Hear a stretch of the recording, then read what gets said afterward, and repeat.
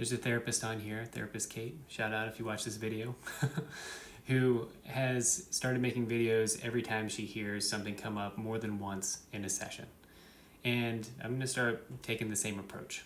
So in today's video, I'm going to talk a little bit about a recommendation that I've made to several couples over the last few weeks, which is to create a safe space in your relationship to have hard conversations. Most couples wait until a fight is already happening, or they get really resentful and they don't bring up important topics in their relationship. But it's really important to have a safe space to talk things through with your partner on a regular basis. Some people use couples therapy for this, and that's great if you have a couples therapist and a space to do that in. But if you don't, then you need to create something with your partner that you can do regularly that's not therapy.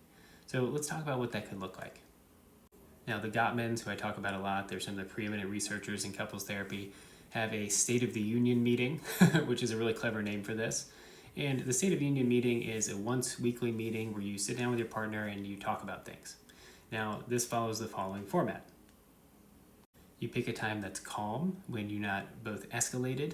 You make space for appreciation at the beginning of the State of the Union, where you both appreciate things that your partner's done over the past week that you really love. Then you talk about things that have felt off in the relationship, and you make a big space for that.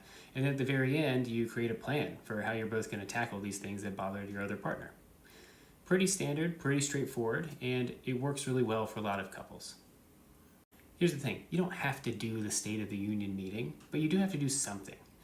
I and my wife like to go on walks in the evening, and not every walk turns into a big, heavy conversation, but some of them do, and I know that that can be a safe space for that because we've created it as such. The thing is here, you don't want to bring up these conversations every single day. You don't want to do it right before bed because you both need your rest, I know.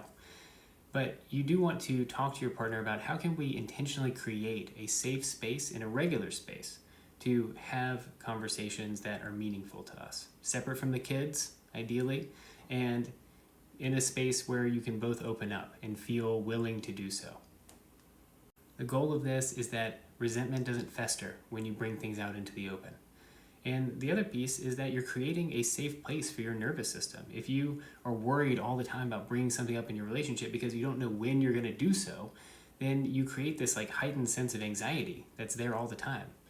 If you have a safe space and you ritualize it, your body can rest assured that it's going to get the safety that it needs in order to open up about the important things. I hope this helps. Good luck.